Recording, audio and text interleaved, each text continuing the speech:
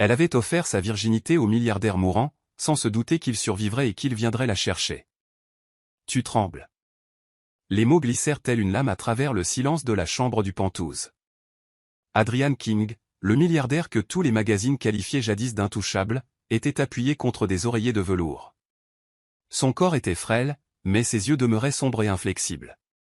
Sa voix était rugueuse, glaciale, mais vibrante d'autorité.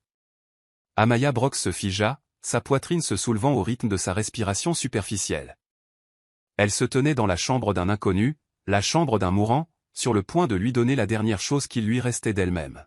« Épargnez-moi votre pitié », râla Adrian, l'étudiant avec une précision déconcertante. « Je n'ai pas besoin d'une sainte. J'ai besoin d'honnêteté. En êtes-vous capable » Ses lèvres s'entr'ouvrirent, mais aucune réponse ne vint. Comment avait-elle atterri ici, vendue à un homme qui ne vivrait peut-être pas une semaine de plus? Quelques heures plus tôt, son monde s'était effondré. Au centre médical de Midtown, les médecins encerclaient le lit de son père. Kenneth Brox, autrefois fort et inébranlable, gisait inconscient, son cœur lâchant prise. Le ton du médecin traitant avait été impitoyable.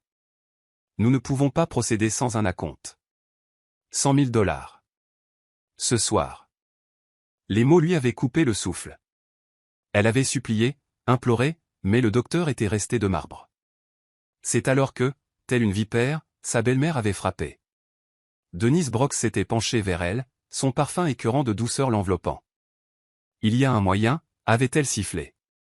Adrian King. Le milliardaire de Buckhead. Il se meurt. Une nuit avec lui, et ton père vit. Le corps d'Amaya avait tremblé de fureur et de honte. Tu veux que je veux que tu sauves ton père, avait claqué Denise, le regard froid. Une nuit, sans attache. Fais-le, ou regarde-le mourir. L'accord fut scellé lorsque Jonah Price, l'avocat d'Adrian, lui avait mis une enveloppe entre les mains. Son visage ne trahissait rien. À l'intérieur, un accord de confidentialité, un mot de sécurité, la confirmation du virement, une signature, et l'argent serait débloqué. Sa signature lui fit l'effet de chaînes se resserrant autour de ses poignets. Quelques heures plus tard, un SUV noir la transportait à travers les rues éclairées au néon d'Atlanta, la livrant à la tour de verre d'Adrian King. À présent, de retour dans ce Penthouse, l'homme lui-même la regardait avec un mélange de lassitude et de volonté de faire. Il était pâle, affaibli par des traitements expérimentaux, et pourtant sa voix commandait toujours. Sa question froide restait suspendue entre eux, la mettant au défi de partir. Mais elle ne le fit pas. Elle ne le pouvait pas. Pour la vie de son père, elle resta. La nuit s'écoula dans la pénombre. Pas d'amour, pas de conte de fées. Juste deux êtres brisés, échangeant ce qu'aucun d'eux n'aurait dû avoir à donner. À l'aube, c'était fini. Adrian avait tenu parole. Les fonds arrivèrent sur le compte d'Amaya avant même qu'elle ne mette un pied dehors. À cette heure précise, son père fut emmené au bloc opératoire, son rythme cardiaque fragile recevant une seconde chance. Épuisée, Amaya s'effondra sur une chaise dans le hall de l'hôpital, essayant de respirer. Une télévision fixée au-dessus de la salle d'attente diffusait les dernières nouvelles. Son sang se glaça. Le milliardaire Adrian King proche de la mort après l'échec d'un traitement expérimental. Le pouls d'Amaya tonna dans ses oreilles. L'homme qui venait de changer le cours de sa vie était peut-être déjà parti pour toujours. L'horloge de la salle d'attente égrena les heures de la matinée. Amaya Brox restait assise sur cette chaise raide, le corps lourd de fatigue, les yeux rivés sur les portes du bloc opératoire. Quelques heures plus tôt, elle était sortie du Penthouse d'Adrian King, brisée et honteuse, et maintenant le poids de cette nuit pressait sur sa poitrine comme un étau de fer. Le bruit de pas précipité la tira de sa torpeur. Une infirmière apparut, l'expression calme mais ferme. L'opération est un succès. Votre père s'en est sorti. Le soulagement submergea Amaya, des larmes brûlantes jaillissant de ses yeux. Elle enfouit son visage dans ses mains et sanglota. Contre toute attente, son père vivrait. Mais alors même qu'elle pleurait, l'ombre de Denise plana. Sa belle-mère déambula dans le couloir avec un petit sourire en coin, ses talons claquant avec assurance. Tu vois? Ça en valait la peine, chuchota T.L. froidement. Et ne t'inquiète pas pour l'argent, je me suis déjà occupé de ce qui m'est dû. Amaya releva brusquement la tête. Qu'est-ce que tu veux dire? Les yeux de Denise brillèrent de cupidité. Pensais-tu vraiment que chaque dollar irait à l'hôpital? Je me suis assuré de prendre une petite part pour mes ennuis. La gorge d'Amaya brûla de colère. Sa belle-mère l'avait vendue et avait écrémé l'argent qui avait acheté la vie de son père. Mais avant qu'elle ne puisse parler, son père remua en salle de réveil, son faible sourire détournant son attention. Elle ne pouvait pas combattre Denise maintenant. Pas quand il avait besoin de son calme. Cette nuit-là, Amaya se força à retourner travailler. Les factures continueraient d'arriver, les dettes les poursuivraient, et Ken aurait besoin de soins post-opératoires. Elle prit un quart de travail supplémentaire pour le ménage à la tour King Holdings, sa serpillière glissant sur les sols en marbre du 35e étage. Partout où elle allait, les murmures la suivaient. « Tu as entendu? Adrian King n'est plus. On dit que le traitement a échoué. Il ne reviendra jamais. » Son estomac se tordit. Elle savait mieux que quiconque qu'il n'était pas parti. Elle l'avait vu vivant quelques heures plus tôt. Et pourtant, les employés comméraient comme si sa mort était un fait établi, propageant des rumeurs dans les couloirs de verre stérile. Elle se pencha sur sa serpillière, priant pour que personne ne remarque ses mains tremblantes. Le lendemain matin, elle retrouva sa meilleure amie Tasha Reed au salon du coin avant son service. Tasha avait toujours été la plus intrépide, ses tresses vives empilées sur la tête, sa langue acérée prête à la bataille. Dès qu'elle vit le visage pâle d'Amaya, elle fronça les sourcils. « Ma belle, quelque chose ne va pas, raconte-moi. » Amaya secoua la tête, déglutissant difficilement. « Je ne peux pas. Pas maintenant. » Tasha croisa les bras, peu convaincue. « Alors promets-moi ceci, quoi que ce soit, tu n'as pas à l'affronter seule. Je me battrai avec toi, peu importe quoi. » Ces mots auraient dû être réconfortants. Mais Amaya ne ressentit que de l'effroi. Comment pourrait-elle jamais dire la vérité à son amie? Plus tard dans la soirée, son monde bascula. Elle venait de finir d'essuyer une salle de conférence lorsque les portes de l'ascenseur s'ouvrirent avec un doux tintement. Et il était là. Adrian King, vivant. Il sortit de l'ascenseur, flanqué de son avocat Jonah, mais ses yeux scannèrent la pièce et atterrirent directement sur elle. L'air quitta ses poumons. Ses mains effleurèrent instinctivement le fin bracelet en argent encerclant son poignet, le seul bijou qu'elle portait cette nuit-là. Et à cet instant, elle sut qu'il l'avait reconnu. Le corps d'Amaya se glaça. Si Adrian était vivant, s'il se souvenait, alors la nuit qu'elle croyait disparue dans les ombres risquait de fracasser la lumière du jour. Pendant un moment, Amaya crut que son cœur s'était arrêté. Adrian King, vivant, entier, sortant de cet ascenseur comme s'il n'avait jamais été au seuil de la mort. Les yeux perçants du milliardaire se posèrent instantanément sur elle, sans vaciller. Son regard descendit vers son poignet, où le fin bracelet en argent scintillait sous les lumières crues. Une lueur de reconnaissance traversa son expression, un muscle tressaillit dans sa mâchoire, puis, sans un mot, il tourna les talons. « Vous. Avec moi. » Sa voix était rugueuse mais impérieuse. Il ne demandait pas, il ordonnait. Le souffle d'Amaya se coupa, mais ses pieds la trahirent, la portant dans une salle de conférence aux parois de verre. La porte se referma derrière eux, l'enfermant avec l'homme pour qui elle avait autrefois troqué son âme. Adrian croisa les bras, s'adossant à la table avec une lassitude qu'il ne parvenait pas tout à fait à masquer. Ses yeux, cependant, étaient perçants. « Ce bracelet, dit-il d'une voix basse. Je l'ai déjà vu. La nuit où j'ai failli mourir, la femme qui est venue à moi, elle portait la même pièce. C'était vous. » Amaya se figea, chaque nerf hurlant. « Vous faites erreur, » murmura-t-elle en secouant la tête. Mais le regard d'Adrian s'aiguisa, tranchant son déni. « Ne jouez pas à ça avec moi. Croyez-vous que je ne sais pas à quoi ressemble un moyen de pression? Vous étiez là cette nuit-là, et maintenant vous apparaissez dans mon immeuble, récurant mes sols, comme si le destin n'avait pas cousu tout cela ensemble exprès. Dites-moi, quel est votre angle? Chantage? Procès? Fuite dans la presse? » Son estomac se tordit, la honte enflamma ses joues, mais la fureur suivit bientôt. « Pensez-vous vraiment que je voulais ça? » riposta-t-elle, la voix tremblante mais ferme. « Pensez-vous que je me suis vendu pour vous blesser? Mon père mourait. Je ne voulais pas de votre argent, Adrian. Je voulais qu'il vive. » Les mots coupèrent plus net qu'elle ne l'avait prévu, et pendant une seconde, son expression vacilla en douleur, confusion, peut-être même regret, mais elle se durcit rapidement. Vous pensez que les excuses effacent ce qui s'est passé?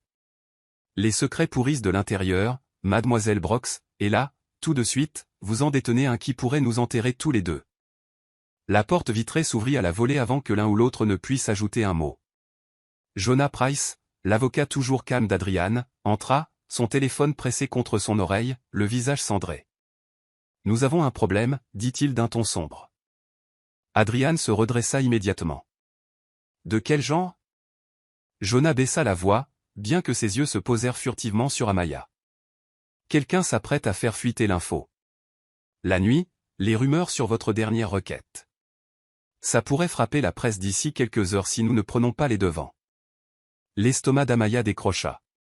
Elle les regarda tour à tour, la panique s'allumant dans sa poitrine.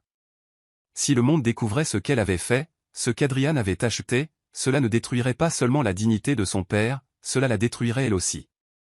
La mâchoire d'Adrian se contracta, son regard se braqua de nouveau sur elle. Vous venez avec moi. Amaya cligna des yeux. Quoi? Non, je travaille. Plus maintenant, la coupa Adrian, le ton tranchant comme l'acier. Si vous êtes lié à cette fuite, volontairement ou non, vous êtes une cible. Et je ne laisse pas de traces derrière moi. La sécurité va vous escorter jusqu'à ma voiture.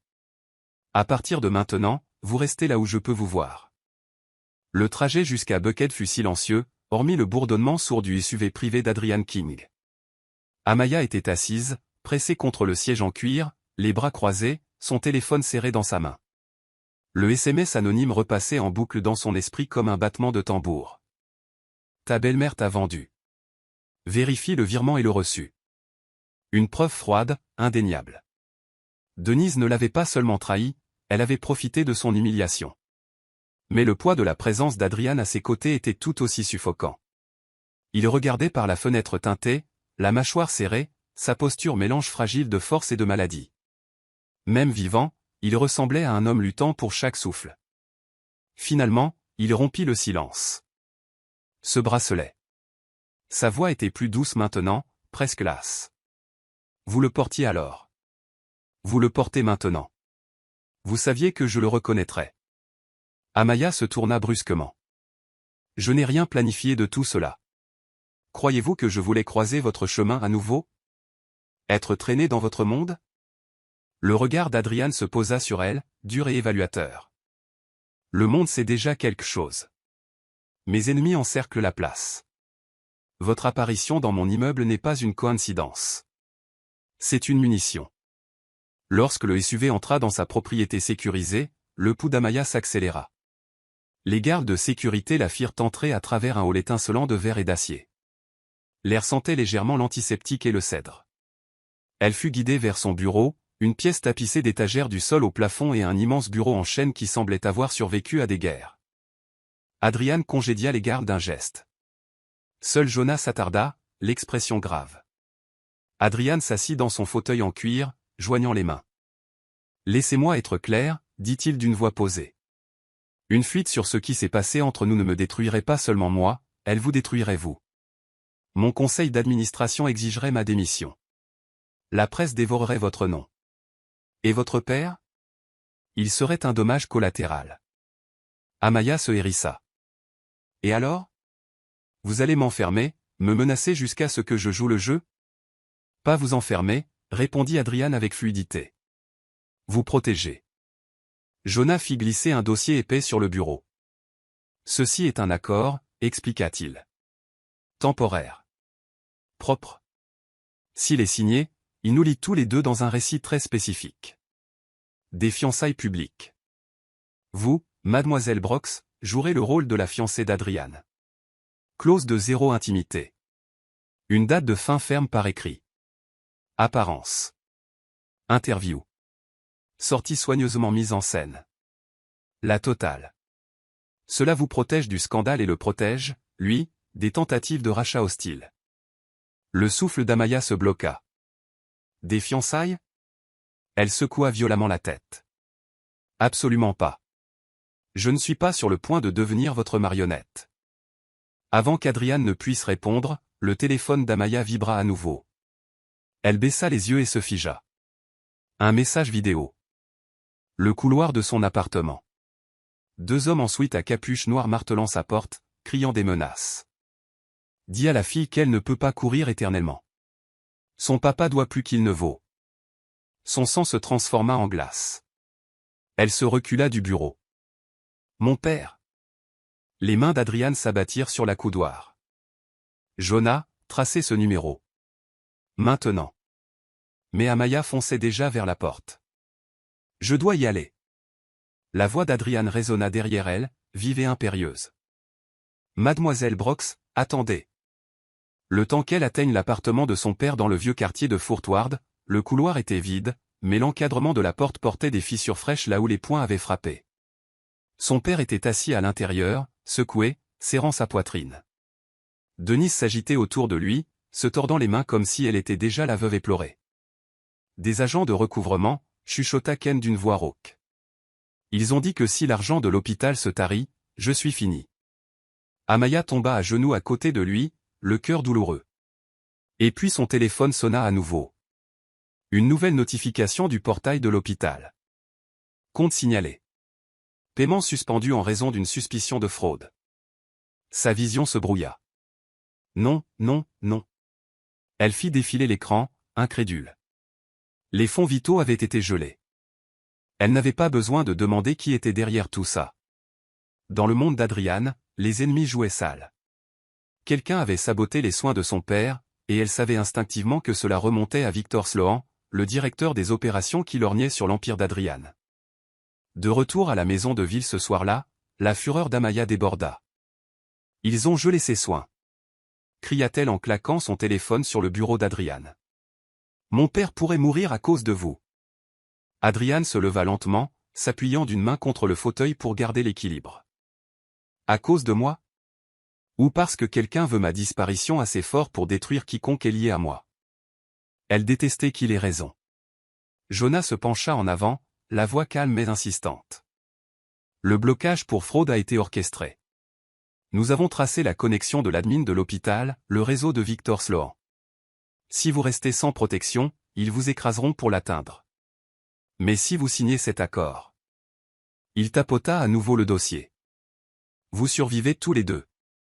Les mains d'Amaya tremblaient alors qu'elle feuilletait les pages. De fausses fiançailles. Des apparitions publiques. Des sourires photographiés. Une affection feinte. Elle deviendrait un accessoire. Un pion dans la guerre d'Adrian King. Mais l'alternative était la mort de son père. Son stylo gratta la ligne de signature avant qu'elle ne puisse se dissuader. Les yeux d'Adrian s'attardèrent sur elle, illisibles. Vous aurez une protection. Ma protection. À partir de ce moment, vous n'êtes plus invisible, Amaya Brox. Vous êtes à moi, du moins aux yeux du monde. Sa gorge se serra, la chaleur inondant ses joues. Elle voulait hurler qu'elle n'était pas à lui. Que c'était un contrat, pas un vœu. Mais l'encre était déjà sèche. Plus tard, alors que les copies du contrat étaient classées, Jonah raccompagna Amaya à la porte. Sa voix était basse, mais chaque mot portait un poids. Vous pensez vous être sauvé, murmura-t-il, mais vous venez d'entrer dans un brasier. Les ennemis d'Adrian ne se battent pas à la loyale. Et le conseil d'administration? Ils sont comme des loups. Un faux pas, un faux sourire, et ils l'éventreront. Et vous avec lui. La poitrine d'Amaya se serra. Alors qu'êtes-vous en train de dire? Que je viens de faire la pire erreur de ma vie? Le regard de Jonah s'adoucit, presque compatissant. Je dis, soyez prudente. Vous jouez un rôle maintenant. Et dans ce théâtre, un seul éclat de vérité peut tout vous coûter. De retour à l'intérieur, Adrian fit défiler son téléphone, la mâchoire se crispant. Une alerte info illumina l'écran. La mystérieuse fiancée d'Adrian King fera ses débuts au Gala des Arts de Midtown ce soir. Le monde savait déjà. Le miroir était presque méconnaissable. Amaya Brox se tenait figée dans la suite d'habillage, son reflet transformé en quelqu'un qui semblait appartenir au monde dans lequel elle avait été traînée. Ses cheveux avaient été lissés en une ondulation brillante qui tombait sur une épaule, et une robe bleu marine scintilla comme de l'eau à chaque mouvement. Le collier de diamants prêté par la collection d'Adrian brillait à sa gorge, lourde attente.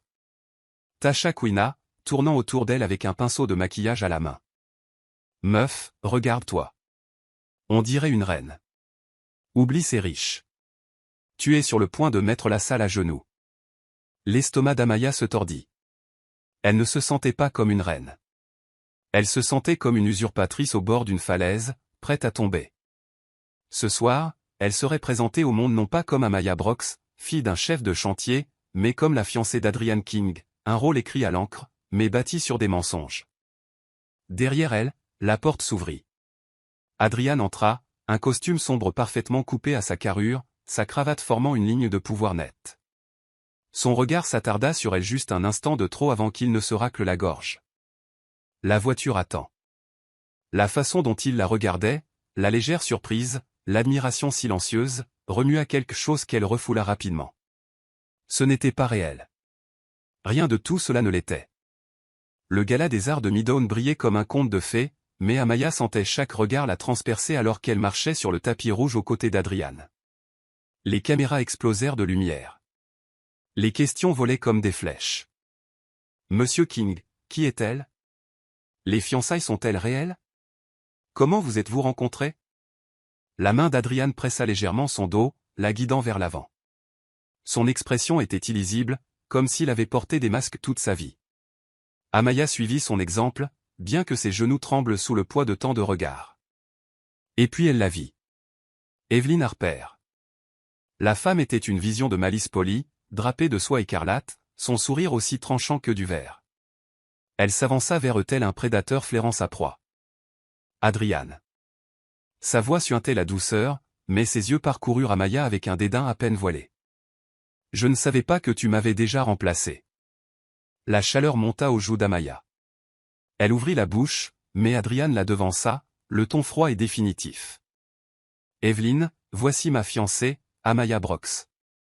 Le sourire d'Evelyn ne faiblit pas, mais son regard s'aiguisa, traversant Amaya de part en part comme pour la mettre au défi de vaciller.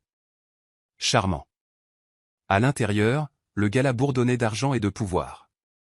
Les donateurs sirotaient du champagne sous les lustres, les collectionneurs d'art chuchotaient à propos d'enchères à $1 million, et les commérages tourbillonnaient comme de la fumée. Amaya essaya de se souvenir du cours accéléré de Tasha. Souris, hoche la tête, ne bois pas trop vite. Et si quelqu'un t'insulte, ne les laisse jamais te voir tressaillir. Il ne fallut pas longtemps pour que le venin frappe. Alors, dit une femme élégante avec des perles, encerclant Amaya avec un sourire trop tendu pour être sincère. Où exactement Adrian vous a-t-il trouvé? Mannequinat, œuvre caritative, ou quelque part de moins. Prestigieux? Des rires parcoururent le groupe. Amaya sentit sa gorge brûler. Chaque instinct lui disait de se faire petite, mais au lieu de cela, elle leva le menton. Il m'a trouvé en train de nettoyer son immeuble, dit-elle, la voix assurée. Il s'avère que l'amour ne se soucie pas des CV. Un silence tomba sur le groupe, les rires s'étouffant. La tête d'Adrian se tourna brusquement vers elle, et bien que son expression ne changeât pas, quelque chose vacilla dans ses yeux. De la fierté, peut-être même de l'admiration. La femme aux perles bafouilla comme c'est pittoresque, mais les autres se déplacèrent, mal à l'aise, ne riant plus si librement. Inaperçu d'Amaya, un homme s'attardait près du bord de la salle. Le fixeur de Victor Sloan, une ombre dans un costume coûteux. Il glissa un minuscule appareil sous une nappe, la lumière rouge d'un microphone caché clignotant une fois avant de disparaître dans le silence. Tout près, Evelyn se pencha vers un membre du conseil, sa voix basse mais dégoulinante de sucre. Ce n'est qu'une question de temps avant que quelqu'un ne découvre la vérité. De maîtresse du mourant à fiancé? Dites-moi, cela ressemble-t-il à de l'amour, ou à un moyen de pression? Les heures passèrent, et Amaya fit de son mieux pour survivre au tourbillon de conversations, de champagne et d'examens minutieux. Elle trébucha une fois, mais la main d'Adrian la stabilisa, ferme à sa taille, ses lèvres effleurant presque son oreille. Respire. Ils se nourrissent de faiblesse. Ne leur en donne pas. Pendant une seconde dangereuse, ces mots semblèrent moins relever de la stratégie que de la protection. Mais l'illusion se brisa lorsqu'un flash se déclencha. Plus brillant que les autres, un paparazzo se pencha par-dessus le cordon de velours, mitraillant furieusement. Amaya détourna instinctivement le visage, mais l'appareil captura le pire angle possible. La main d'Adrian toujours sur sa taille, ses lèvres entr'ouvertes comme sur le point de l'embrasser, son regard entièrement fixé sur elle. Je l'ai. cria l'homme, souriant alors que la sécurité le tirait en arrière. L'estomac d'Amaya s'effondra. Elle sut instantanément à quoi ressemblerait cette photo, comment elle nourrirait les murmures, comment elle la peindrait non pas comme une remplaçante réticente, mais comme le scandaleux secret d'Adrian King. À minuit, le gala touchait à sa fin, mais la tempête ne faisait que commencer. Le téléphone d'Amaya vibra dans sa pochette alors qu'il quittait les lieux.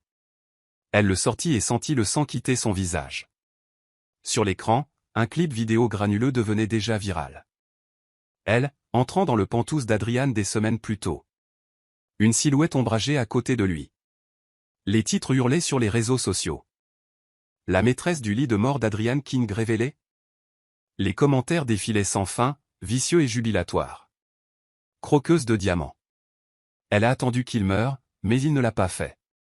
Le PDG de King Holdings s'est acheté un jouet. La gorge d'Amaya se serra, sa poitrine se soulevant. Elle pouvait à peine entendre les caméras crépiter alors qu'il se précipitait dans la voiture qui attendait. Adrian prit le téléphone de ses mains tremblantes, la mâchoire dure. Ses jointures blanchirent autour de l'appareil, mais sa voix resta égale.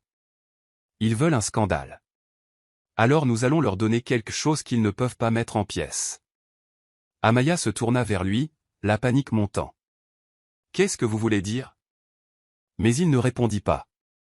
La voiture démarra, les lumières de la ville scintillant sur son visage, et Amaya réalisa la vérité. Quoi qu'Adrian King ait prévu, cela l'entraînerait plus profondément dans ce brasier qu'elle ne l'avait jamais imaginé. Les retombées frappèrent comme un raz-de-marée. À l'aube, le visage d'Amaya était partout. Des arrêts sur images granuleux d'elle, entrant dans le Penthouse d'Adrian, les yeux écarquillés, ses vêtements simples et ordinaires, placardés sur les sites de potins avec des légendes audacieuses et impitoyables. Maîtresse du mourant, le dernier péché de King avant la tombe. Le temps qu'elle atteigne la maison de ville d'Adrian, une petite foule s'était rassemblée devant les grilles. Journalistes, paparazzi et badauds brandissant des téléphones portables. Certains criaient son nom, d'autres crachaient des mots cruels. Croqueuse de diamants, briseuse de ménage, combien t'a-t-il payé? Amaya serra plus fort sa pochette, le cœur battant la chamade. Son père était toujours en convalescence à l'hôpital, et si ce chaos l'atteignait, cela pourrait finir le travail que son cœur défaillant avait déjà commencé. Adrian sortit du SUV noir à ses côtés. Les cris montèrent plus haut, les flashs s'allumant comme des pétards. Pendant un instant, Amaya se sentit totalement exposée, comme une proie dans une fosse au loup. Et puis Adrian tendit la main vers elle. Sa paume était chaude, stable, sa prise ferme comme l'acier. Il entrelaça ses doigts aux siens, leva leurs mains jointes pour les caméras, et parla d'une voix qui traversa le vacarme comme une lame.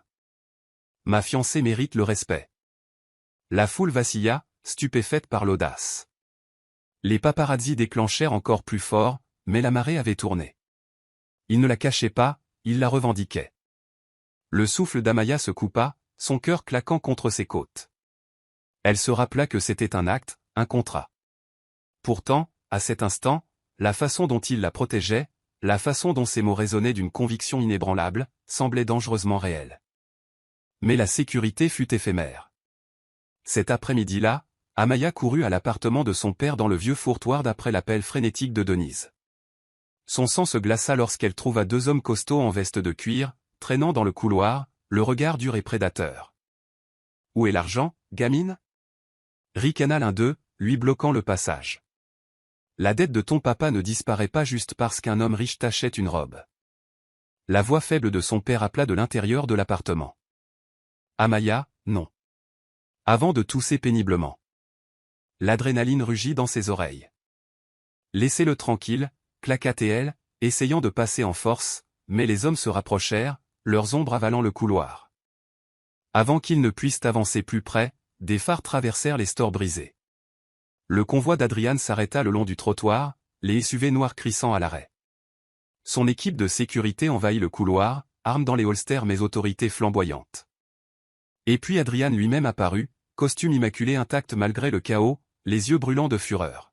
« Éloignez-vous d'elle » commanda-t-il, la voix aussi froide qu'une lame d'hiver. Les voyous hésitèrent, pesant le coup de le défier. La voix de Jonah coupa net alors qu'il tenait son téléphone en l'air. « La police est déjà en ligne, partez maintenant ou vous serez menottés avant la fin de l'heure. » Les hommes reculèrent à contre-cœur, crachant des jurons alors qu'il battait en retraite dans les escaliers. Les genoux d'Amaya menacèrent de céder, mais Adrian la rattrapa par le coude, la stabilisant comme si elle était en verre fragile. Pendant une seconde, leurs visages furent proches, ses yeux sombres se verrouillant sur les siens avec quelque chose de plus que de la colère, quelque chose de protecteur, brut, presque tendre. « Vous ne marchez plus seul dans le feu », murmura-t-il. « Plus maintenant. » Son cœur bégaya, elle ouvrit la bouche pour répondre, mais une infirmière se précipita de la chambre pour annoncer que son père était de nouveau en détresse. Le moment vola en éclats. Adrian bougea immédiatement, aboyant des ordres, conduisant personnellement Ken à l'arrière de sa propre voiture jusqu'au centre médical de Midtown, tandis que Jonah se coordonnait avec le personnel hospitalier. Les couloirs de l'hôpital devinrent flous alors qu'Amaya sprintait à côté du brancard, la haute silhouette d'Adrian ne faiblissant jamais. Il n'était plus seulement un PDG milliardaire, il était un homme se battant pour la survie de son père aussi férocement qu'elle. Ils atteignirent la chambre, les alarmes hurlant, les infirmières s'affairant. Amaya s'agrippa à l'encadrement de la porte, les larmes coulant, tandis qu'Adrian restait solide dans son dos, un pilier de calme au milieu de la tempête. Les minutes s'étirèrent comme des heures jusqu'à ce que le moniteur se stabilise et que l'équipe rétablisse le rythme fragile de son père. L'infirmière fit un signe de tête lasse. Il est stable, mais il a besoin de repos. Plus de choc ce soir. Amaya s'affaissa de soulagement, la poitrine tremblante. Lorsqu'elle se tourna, Adrian était toujours là, toujours là. Leurs yeux se croisèrent, et pendant une seconde imprudente, l'air entre eux changea. Sa main se leva, écartant une mèche rebelle de sa joue. Le monde sembla se taire, excepté le tonnerre de son propre cœur. Ses lèvres s'entr'ouvrirent, son regard descendit vers elle, et la distance se réduisit à un souffle. Mais alors, comme un rappel cruel de la réalité, Amaya se recula. Le contrat, les règles, la clause de zéro intimité. Elle se détourna, la honte inondant ses joues. La mâchoire d'Adrian se serra, mais il ne dit rien. Il n'en avait pas besoin. Le silence hurlait de tout ce qui n'était pas dit. Le lendemain matin, l'épuisement tirait sur le corps d'Amaya alors qu'elle s'effondrait sur la chaise en plastique près du lit de son père. Son téléphone vibra, la ramenant dans le cauchemar qui ne semblait jamais finir. Une nouvelle notification clignota sur l'écran, relevé bancaire, virement entrant, montant $50 000, Origin versus Holdings, LLC. Amaya fixa l'écran, l'horreur naissant. Le nom de Denise était lié au compte. Sa belle-mère avait pris de l'argent sale, de quelqu'un à l'intérieur de l'empire d'Adrian, quelqu'un qui voulait que tout ce scandale explose. Ses mains tremblaient alors qu'elle serrait le téléphone, la vérité se resserrant autour de sa gorge. Qui que fût versus Holdings, il n'en avait pas fini avec elle, et Denise, son propre sang, était empêtré en plein milieu. Le silence dans l'appartement des Brooks était assez épais pour étouffer. Amaya se tenait figée dans l'embrasure de la porte, son téléphone serré dans sa main, le relevé bancaire brillant toujours sur l'écran. $50 000, payés par Versus Holdings, déposés directement sur le compte de Denise. La voix de sa belle-mère flottait depuis la cuisine, fredonnant un vieux morceau de R&B, comme si son monde n'était pas en équilibre au bord du désastre. Le sang d'Amaya bouillit. Elle entra en trombe, claquant le téléphone sur le comptoir si fort que Denise faillit lâcher le couteau qu'elle utilisait pour trancher des pêches. « C'est quoi ça ?» exigea Amaya, la voix tremblante de fureur. Denise cligna des yeux, feignant l'innocence. « Quoi donc ? » « Ne joue pas avec moi !» cria Amaya, la voix se brisant. Ce virement, de Versus Holdings, $50 000. Il est arrivé le jour même où l'opération de papa a été payée. Tu m'as vendu, et ensuite tu as pris ta part. Le masque tomba instantanément. Les lèvres de Denise se tordirent en quelque chose entre la culpabilité et le défi. Et alors si je l'ai fait ? Claqua-t-elle. Tu crois que l'hôpital allait avoir pitié de nous ? Tu crois que Mandy allait sauver ton père ? Je me suis assuré que ça arrive, j'ai géré ça, et j'ai sacrément bien mérité ma part. Amaya recula comme si elle avait été frappée. Tu as profité de mon humiliation. Denise claqua le couteau sur la planche à découper. Humiliation ? Tu as sauvé la vie de ton père, tu pleurerais sur son cercueil sans moi. Tu te prends pour une sainte ? Non ma petite, tu es juste naïve. Tu as donné à cet homme ce qu'il voulait, je me suis assuré que ça compte. C'est ça la différence entre nous. La vision d'Amaya se brouilla de larmes, la rage griffant sa gorge. Tu me dégoûtes. Les mots restèrent suspendus dans l'air, amers et définitifs. Plus tard cette nuit-là, elle s'enfuit à l'hôpital, ayant besoin de distance avec le venin de Denise. Son père dormait, des tubes encore scotchés à sa peau, sa poitrine se soulevant lentement. Amaya s'assit à son chevet, serrant sa main frêle, chuchotant des promesses qu'elle n'était pas sûre de pouvoir tenir. Elle n'entendit pas Adrian au début, lorsqu'il entra dans la chambre. Son reflet apparut dans la vitre avant sa voix. Je ne voulais pas déranger. Amaya se raidit, essuyant ses joues. Alors ne le faites pas. Mais il ne partit pas. Au lieu de cela, il s'attarda au pied du lit, les yeux dans l'ombre. J'en ai entendu assez. À propos de votre belle-mère, à propos de l'argent. Vous croyez que je ne reconnais pas la trahison quand je la vois? Sa colère se déplaça, se déversant sur lui maintenant. Pourquoi êtes-vous même ici? Pour me rappeler à quel point je suis piégé? Pour m'avertir encore de mon rôle? La voix d'Adrian s'adoucit de manière inattendue. Non. Pour vous dire que la nuit que nous avons partagée, ce n'était pas juste une transaction pour moi. Ça m'a changé. Son cœur trébucha dans sa poitrine. Elle voulait lui hurler dessus, lui dire de ne pas romancer ce qui lui avait été imposé par le désespoir. Mais son ton ne portait aucune manipulation cette fois, seulement une vérité brute. Vous croyez que je voulais passer mes derniers jours avec une étrangère? Je ne voulais pas, continua-t-il, le regard fixé sur elle. Mais vous m'avez donné de l'honnêteté, quand tout le monde me donnait des mensonges. Et ça, je ne l'oublie pas. Sa gorge se serra, elle ouvrit la bouche, mais les mots restèrent coincés. Le lendemain, Tasha fit irruption dans l'appartement, agitant un dossier qu'elle avait récupéré par un ami chez King Holdings. J'ai trouvé quelque chose, annonça TL à bout de souffle. Ce compte versus Holdings, il est lié à Victor Sloan. La poitrine d'Amaya se glaça.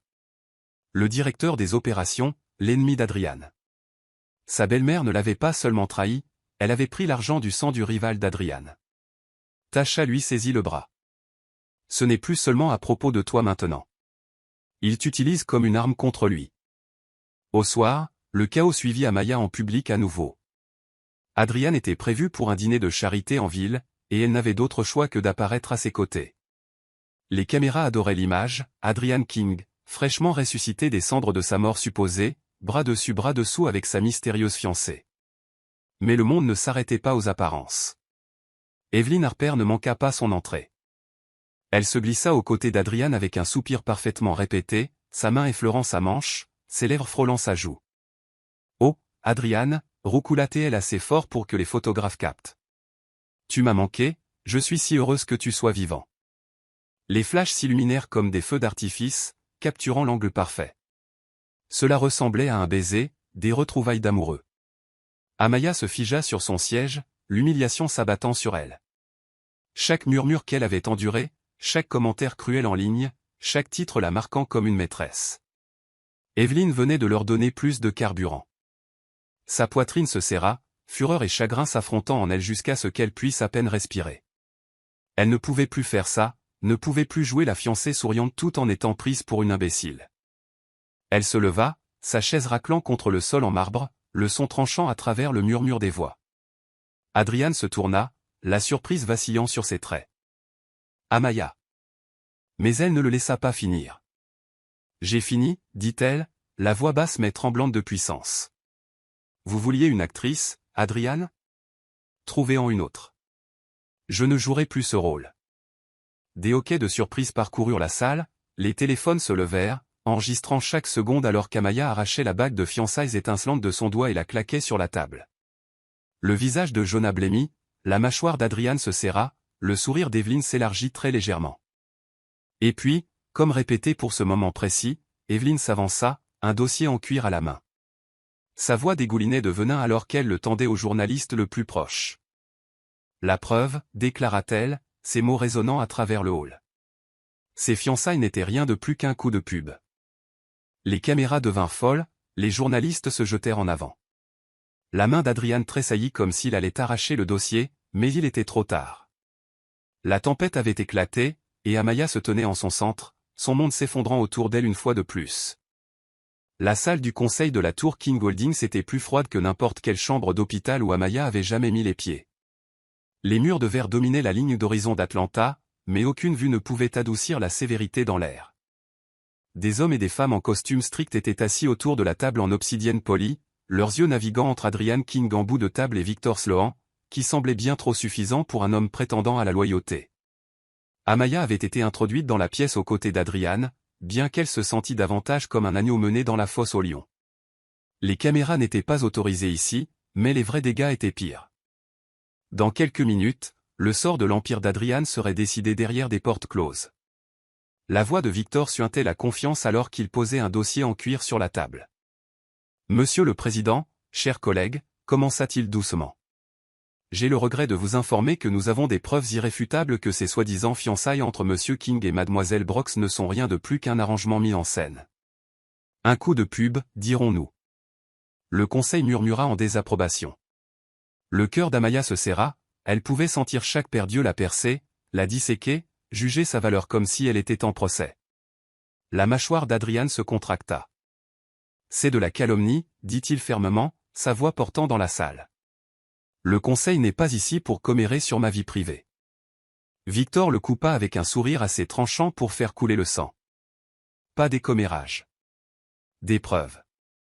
Il fit glisser des photos et des documents sur la table, des arrêts sur images granuleux d'Amaya à son pentouse il y a des semaines, les déclarations accablantes d'Evelyn Harper, et pire que tout, le contrat. Une ébauche fuitée, non signée, de l'accord de fiançailles que Jonah avait préparé. Des hoquets de stupeur parcoururent la salle. La poitrine d'Amaya se contracta, elle n'avait même pas vu cette version. Pour le conseil, cela ressemblait à une tromperie froide et calculée. Victor se recula, savourant l'instant. L'image est désastreuse. Les investisseurs sont déjà nerveux après la fuite sur l'échec du traitement. Maintenant ça? Notre PDG s'engage dans de faux récits, exposant l'entreprise au scandale. Je propose que nous suspendions Adrian King de ses fonctions de PDG, en attendant une enquête formelle. Le président se racla la gorge, essayant de maintenir l'ordre, mais les jointures d'Adrian étaient blanches contre l'accoudoir. Son empire, l'héritage pour lequel il s'était battu, lui glissait entre les doigts sous ses yeux. Jonah se leva rapidement, la voix tranchante comme un rasoir. Le contrat n'a jamais été exécuté. Cela ne prouve rien. Vous tordez des demi-vérités pour en faire un récit parce que vous voulez son siège, Victor. Mais le conseil murmurait, hochait la tête, se regardant les uns les autres comme une meute prête à se retourner contre son chef. Amaya connaissait ce regard. Elle avait vu des vautours tourner ainsi une fois auparavant. Au bureau de facturation de l'hôpital. Quand il sentait le désespoir. Le vote fut rapide, brutal.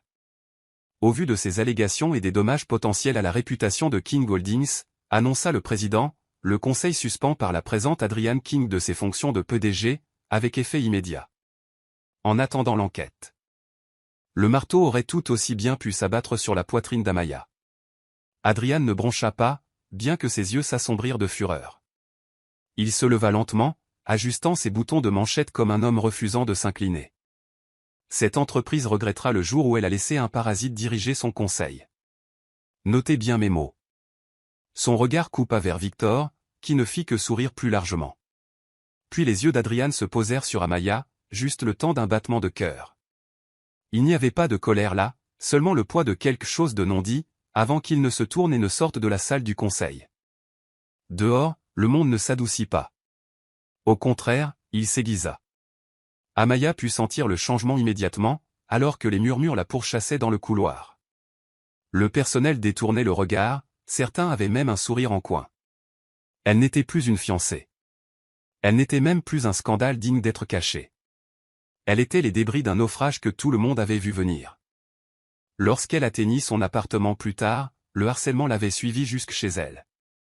Des trolls en ligne avaient déterré son adresse, et maintenant des voix en colère résonnaient depuis la rue en contrebas. Elle tira les rideaux, mais le martèlement de son pouls correspondait à chaque cri de croqueuse de diamants et fraude. Son téléphone vibra avec une douzaine d'appels manqués. Adrian, Jonah, même Tasha. Elle les ignora tous.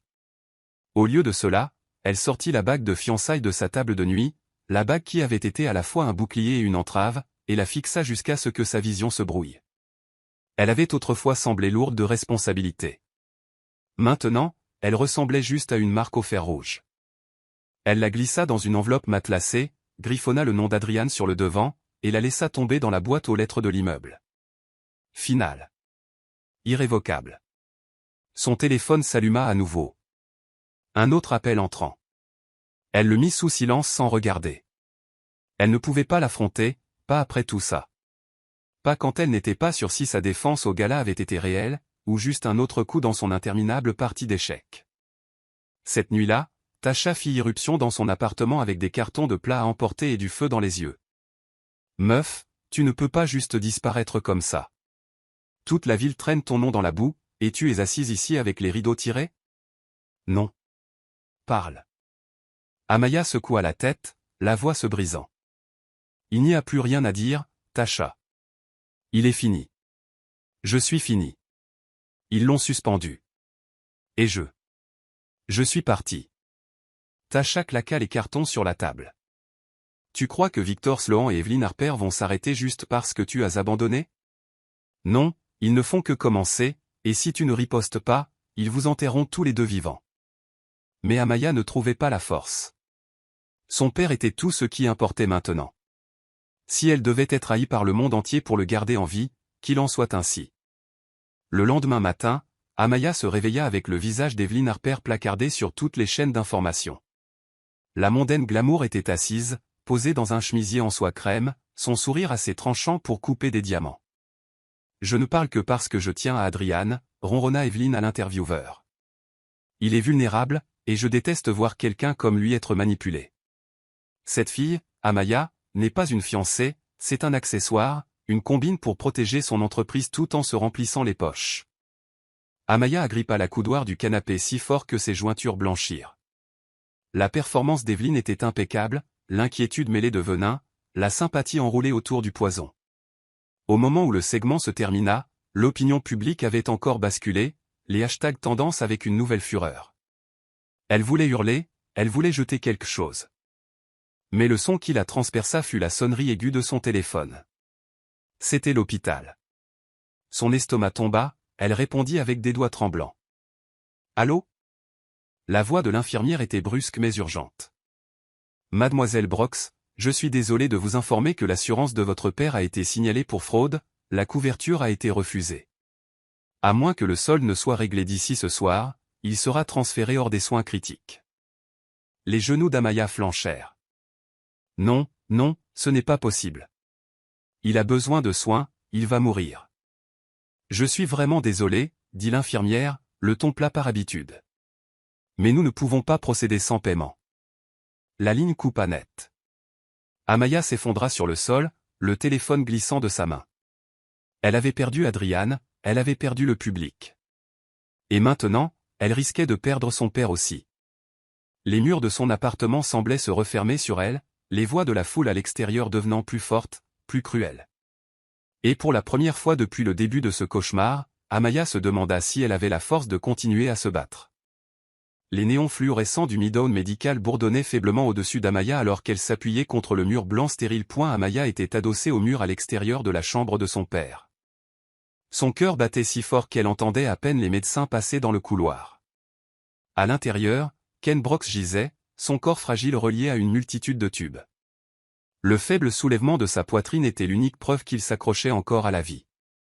Mais tout cela ne compterait plus si l'hôpital décidait de le mettre à la porte. Et il le ferait, à moins qu'elle ne trouve l'argent qu'elle n'avait pas. Amaya se massait les tempes, tentant de retenir les larmes qui lui brûlaient les yeux. Ses mains tremblaient en ouvrant son sac à main. À l'intérieur se trouvait l'enveloppe matelassée qu'elle avait utilisée pour renvoyer la bague de fiançailles à Adrian King. Elle s'était dit que ce renvoi marquerait une rupture définitive, mais à cet instant précis, cet objet ressemblait au salut, ou du moins, au prix du prochain souffle de son père. Elle la serra fort contre elle. Si elle mettait la bague au clou, si elle suppliait un bijoutier de la prendre, peut-être pourrait-elle payer les médicaments et gagner du temps. Le temps était la seule monnaie qui lui restait. Cette nuit-là, le quartier de West End à Atlanta semblait plus glacial que d'habitude. Les néons des prêteurs sur gage scintillaient comme des étoiles épuisées. Amaya entra dans la troisième boutique qu'elle visitait ce soir-là. Un homme corpulent aux cheveux clairsemés leva les yeux de son comptoir, son regard se fixant immédiatement sur le diamant étincelant qu'elle posa devant lui. « Où avez-vous eu ça » demanda-t-il, la suspicion dégoulinant de chaque mot. « C'est à moi » mentit-elle d'une voix monocorde. « Un héritage de famille.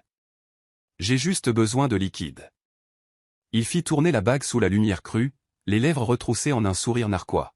« Ça vaut une fortune, mais vous ne sortirez pas d'ici avec une somme pareille. » Amaya se mordit l'intérieur de la joue. « Combien ?» Il griffonna un chiffre sur un bout de papier et le fit glisser sur le comptoir. Ce n'était qu'une fraction de la valeur de la bague, mais suffisant pour couvrir les médicaments de Ken pour l'instant. Elle ferma les yeux, puis hocha la tête. L'homme compta les billets, son sourire s'élargissant. « Un plaisir de faire affaire avec vous, ma jolie. » Elle partit avec de l'argent en poche, mais avec un vide dans la poitrine plus lourd que tout ce qu'elle avait jamais porté. De retour à l'hôpital, elle paya les traitements de Ken, retenant son souffle pendant que l'infirmière traitait le paiement. « Il restera en soins intensifs », confirma enfin l'infirmière. Amaya exhala un soupir tremblant. Elle avait acheté du temps, peut-être des jours, peut-être des semaines, mais à quel prix? En sortant vers le parking, une ombre se détacha de l'allée sombre. Deux hommes en sweat à capuche noire lui barrèrent la route, leurs visages dissimulés. « Et, ma jolie » traîna l'un d'eux. « Il paraît que ton papa a des dettes, et maintenant c'est toi qui paies. » Son estomac se noua. « Des recouvreurs de dettes. J'ai déjà payé l'hôpital. Vous n'avez aucun droit. » L'homme lui saisit le poignet, le tordant assez fort pour lui arracher un cri étouffé. « Les dettes de ta belle-mère ne s'envolent pas comme ça. Tu veux que ton papa continue de respirer? Tu trouveras un moyen de nous payer aussi. » Elle se dégagea brusquement, la peur se muant en colère. « Restez loin de lui. De nous. » Ils rirent en s'éloignant dans la nuit, mais la menace persistait comme une fumée toxique. Le lendemain matin, Amaya arriva à l'hôpital pour trouver son père stable, mais toujours faible. Le soulagement luttait contre le désespoir. Elle s'assit à son chevet, lissant ses draps, murmurant des promesses qu'elle n'était pas sûre de pouvoir tenir. Son téléphone vibra. Un nouveau titre illumina l'écran, Evelyn Harper fait un don de plusieurs millions au Midtown Medical, sauvant des patients en crise. Amaya se figea, parcourant l'article. Le visage radieux d'Evelyn souriait sur la photo, sa main posée gracieusement sur le mur des donateurs de l'hôpital. Mais Amaya comprit instantanément la vérité. Ce don, celui qui avait levé le blocage pour fraude de l'hôpital, ne venait pas d'Evelyn. Il venait d'Adrian. Jonah avait dû arranger ça. Evelyn avait volé le mérite, se positionnant en sauveuse. Son sang ne fit qu'un tour. Evelyn avait pris la seule chose qui restait à Amaya, sa dignité, et l'avait tordue pour sa propre gloire. Plus tard dans l'après-midi, Tasha fit irruption dans la cafétéria de l'hôpital, son téléphone serré comme une pièce à conviction. « Ma fille, je le savais. Regarde. » Elle se laissa tomber sur le siège à côté d'Amaya et lui mit le téléphone sous le nez. Sur l'écran s'affichait un réseau de photos, de documents et de flèches. Un véritable tableau de conspiration. Au centre, Victor Sloan. Autour de lui, des sociétés écrans, dont Versus Holdings. Tasha? La voix d'Amaya trembla. Écoute, insista Tasha. J'ai eu confirmation de mon ami chez King Holdings. Victor était derrière le signalement de fraude qui a failli tuer ton père. Et écoute ça, il est lié à la société écran qui a payé Denise. La gorge d'Amaya se serra. Denise, sa propre belle-mère. C'était comme voir un puzzle s'assembler brutalement. Seulement, l'image était plus laide qu'elle ne l'avait imaginé. Denise l'avait vendue. Victor tirait les ficelles. Evelyn s'était peinte en héroïne. Et elle avait perdu Adrian dans les tirs croisés. Tasha lui pressa la main. On peut les faire tomber. Jonah monte un dossier. On a juste besoin d'une preuve assez solide pour brûler tout leur château de cartes. Amaya voulait la croire, mais elle se sentait si fatiguée, si vide. Toucher le fond n'était pas juste une expression, c'était un endroit. Et elle y était assise, noyée dans la trahison, l'humiliation et la peur. Cette nuit-là, elle marcha seule à travers le parking de l'hôpital. Elle pensa à Adrian, l'homme qui avait été froid et cruel la première nuit, mais qui avait risqué sa réputation pour la défendre. L'homme qui avait secrètement sauvé la vie de son père, encore une fois, même quand elle l'avait repoussé. Sa poitrine lui faisait mal. Elle voulait l'appeler, entendre sa voix, dire merci. Mais et s'il ne répondait pas? Et s'il la détestait maintenant pour avoir abandonné? Elle fixa son téléphone jusqu'à ce que l'écran s'éteigne. Elle ne put se résoudre à appuyer sur appel. Au lieu de cela, elle murmura dans la nuit, « Merci, Adrian. » Et quelque part à travers la ville, dans un Penthouse dépouillé de son pouvoir, Adrian King était assis seul, fixant le même ciel, se demandant si la femme qui lui avait autrefois donné son dernier bien lui donnerait un jour sa confiance. Le lendemain matin, le téléphone d'Amaya vibra avec un message de Tasha. Ce n'était pas juste un ragot, c'était une preuve. Une image apparut sur son écran, Victor Sloan, Evelyn Harper et la société Écran versus Holdings, connectés dans une toile accablante. Amaya retint son souffle. Enfin, la vérité. Mais pourrait-elle survivre assez longtemps pour l'utiliser? La pluie zébrait les larges baies vitrées de la maison de ville d'Adrian King à Buckhead. Les lumières de la ville se fondaient en couleurs fracturées. Il était assis en silence au bord du canapé en cuir, un verre de bourbon intact à la main. Son empire lui avait été arraché, sa réputation souillée dans les gros titres, et la femme qu'il avait autrefois regardée avec une vulnérabilité réticente avait disparu dans le silence. Mais rien de tout cela ne faisait aussi mal que l'enveloppe qu'il avait reçue quelques heures plus tôt. À l'intérieur, nichée contre une carte blanche sans le moindre mot, se trouvait la bague de fiançailles. Renvoyé. C'était fini. Il se répétait qu'il s'en fichait. Il avait bâti des fortunes en s'éloignant des pertes. Pourtant, il était là, fixant cette bague comme si c'était la seule chose qui le rattachait au vide. La sonnette retentit. D'abord, il l'ignora, supposant que Jonah était revenu avec d'autres mauvaises nouvelles. Puis le son devint plus fort, insistant. Il posa le verre et ouvrit la porte. Et elle était là. Amaya Brox, trempée par l'orage, les cheveux collés aux joues, les yeux étincelants d'une fureur qui déguisait à peine sa blessure. Elle n'attendit pas d'être invitée. Elle le bouscula pour entrer, serrant son téléphone d'une main et une feuille de papier pliée de l'autre. « C'est toi qui l'as fait » accusa-t-elle, la voix tremblante. « Tu as levé le blocage sur l'assurance de mon père. Tu l'as sauvé. » Adrian se figea. « Qui te l'a dit ?» Sa poitrine se soulevait. « Est-ce que ça compte ? C'était toi. Et tu as laissé Evelyn Harper prendre le crédit alors que je pensais que tu m'avais abandonné. » Pour la première fois depuis des jours, Adrian sentit quelque chose remuer en lui. Pas de la colère, pas de la froideur, juste un épuisement brut. « Je me fichais du crédit, Amaya. Je voulais juste que ton père survive. » Les larmes montèrent à ses yeux, mais elle les refoula. « Pourquoi tu n'as rien dit? Pourquoi tu ne m'as pas fait savoir que c'était toi ?» Il s'approcha, prudent, comme on approche un animal blessé. « Parce qu'à chaque fois que j'essayais de tendre la main, tu me repoussais.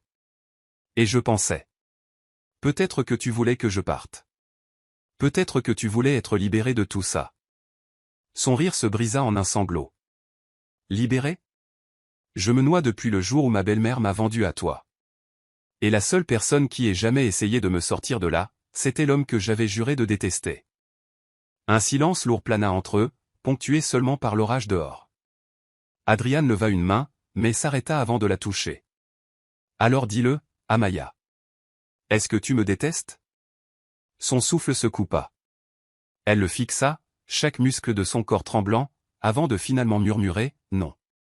Je ne te déteste pas. Je ne t'ai jamais détesté. » Ces mots le désarmèrent.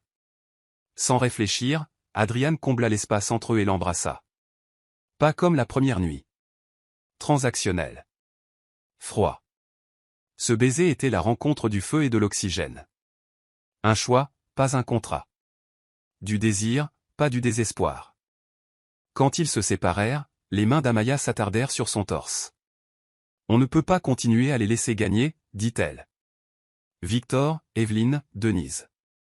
Ils tirent les ficelles. Tasha a trouvé des preuves.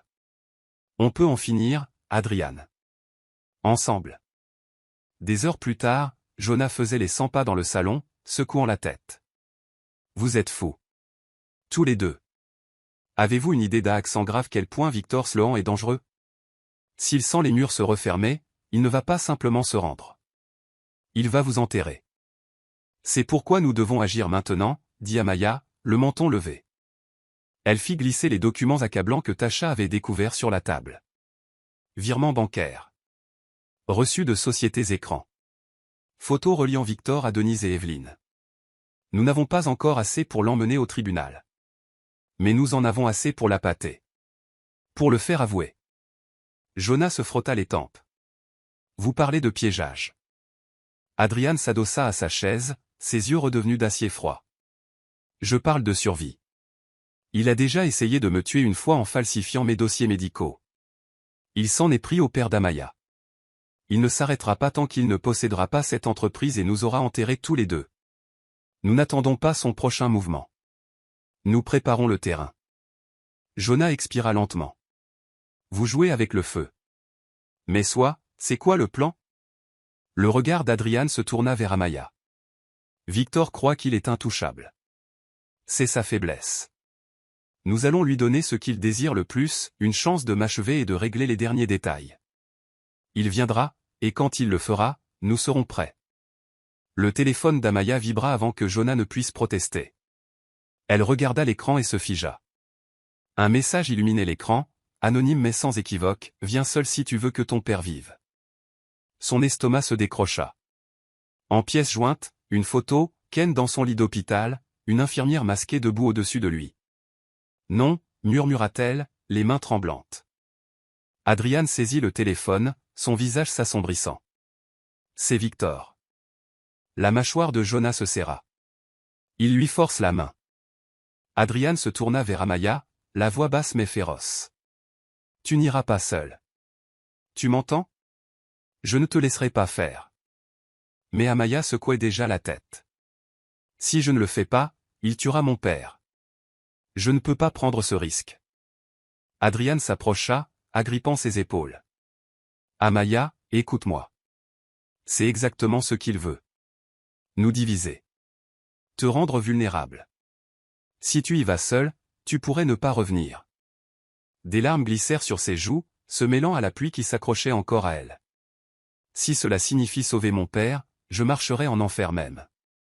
L'orage dehors hurlait plus fort, faisant trembler les fenêtres comme en écho à la guerre qui faisait rage en eux. Adrian la tira dans ses bras, la tenant comme si elle était la seule encre restant dans son monde en perdition. Alors nous y allons ensemble. Tu m'entends? Ensemble. Mais le silence d'Amaya disait le contraire. Cette nuit-là, Amaya se tenait devant le miroir de la salle de bain, fixant son reflet. Ses yeux étaient cernés de rouge, son visage pâle. Mais il y avait quelque chose de nouveau là aussi. De la détermination. Elle avait été traînée, humiliée, utilisée comme un pion. Mais plus maintenant. Elle attrapa le collier que Tasha lui avait donné plus tôt, un délicat médaillon en argent. À l'intérieur, caché à la vue, se trouvait un minuscule dispositif d'enregistrement. Leur unique chance. Elle murmura à son reflet, pour toi, papa. Et peut-être, pour moi aussi. Puis elle se glissa dans la nuit. L'entrepôt se dressait dans le West End d'Atlanta, ses portes en acier rouillé bâillant comme la gueule d'un monstre. Amaya entra, ses talons claquant contre le béton humide, les battements de son cœur assourdissant à ses oreilles. Une porte en acier claqua derrière elle. La voix de Victor Sloan résonna depuis les ombres, suave et venimeuse. Bienvenue, Miss Brooks. Courageux de votre part de venir seule. Amaya força son menton à se lever, même si la peur lui rongeait l'échine. Où est mon père? Victor sortit de la pénombre, un sourire cruel aux lèvres. En vie, pour l'instant. Cela dépend de vous.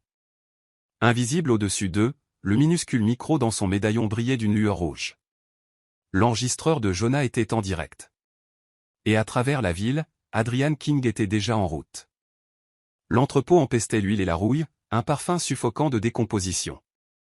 L'eau s'égouttait régulièrement des tuyaux au plafond, résonnant dans l'espace caverneux comme un métronome cruel comptant le temps avant le désastre. Victor émergea des ombres comme une araignée de sa toile, impeccablement vêtu d'un costume anthracite qui semblait absurdement déplacé ici. Eh bien, Miss Brooks. Vous êtes venue exactement comme je le savais. Seul, désespéré, loyal à l'excès. Prévisible. Victor fit un signe, et un grand écran s'alluma sur le mur du fond. Le flux montrait la chambre d'hôpital de Ken. Si vous lui faites du mal. Détendez-vous, la coupa Victor avec un petit rire. Il est en vie. Victor tourna autour d'elle lentement. Savez-vous ce que votre belle-mère a fait pour moi? Elle m'a vendu votre loyauté pour un prix. Et je me suis dit, pourquoi pas? La dernière nuit d'un mourant devrait être mémorable. Seulement, Adrian King n'est pas mort. Quel inconvénient! L'estomac d'Amaya se tordit. Il savait. Il savait tout. Victor se pencha plus près, son souffle chaud contre son oreille. Mais ne vous inquiétez pas. Je finirai le travail, et quand Adrian King ne sera plus que cendre, vous serez libre de ramper vers le caniveau d'où vous venez. Soudain, des phares percèrent l'obscurité. Le SUV noir d'Adrian King dérapa et s'arrêta devant l'entrepôt, son moteur rugissant comme une bête déchaînée. Le sourire de Victor vacilla. La porte en acier gémit sous l'impact forcé. Adrian fit irruption à l'intérieur, trempé par la pluie, sa présence remplissant l'espace comme une tempête incarnée. Derrière lui, Jonah suivait, scannant la scène. « Éloignez-vous d'elle », ordonna Adrian, sa voix tonitruante. Victor écarta les bras d'un air moqueur. « Ah, l'homme qui refuse de mourir. Quelle poésie. Venu secourir votre petit pion ?» La mâchoire d'Adrian se contracta. Elle n'a jamais été un pion. Elle est la raison pour laquelle je respire encore.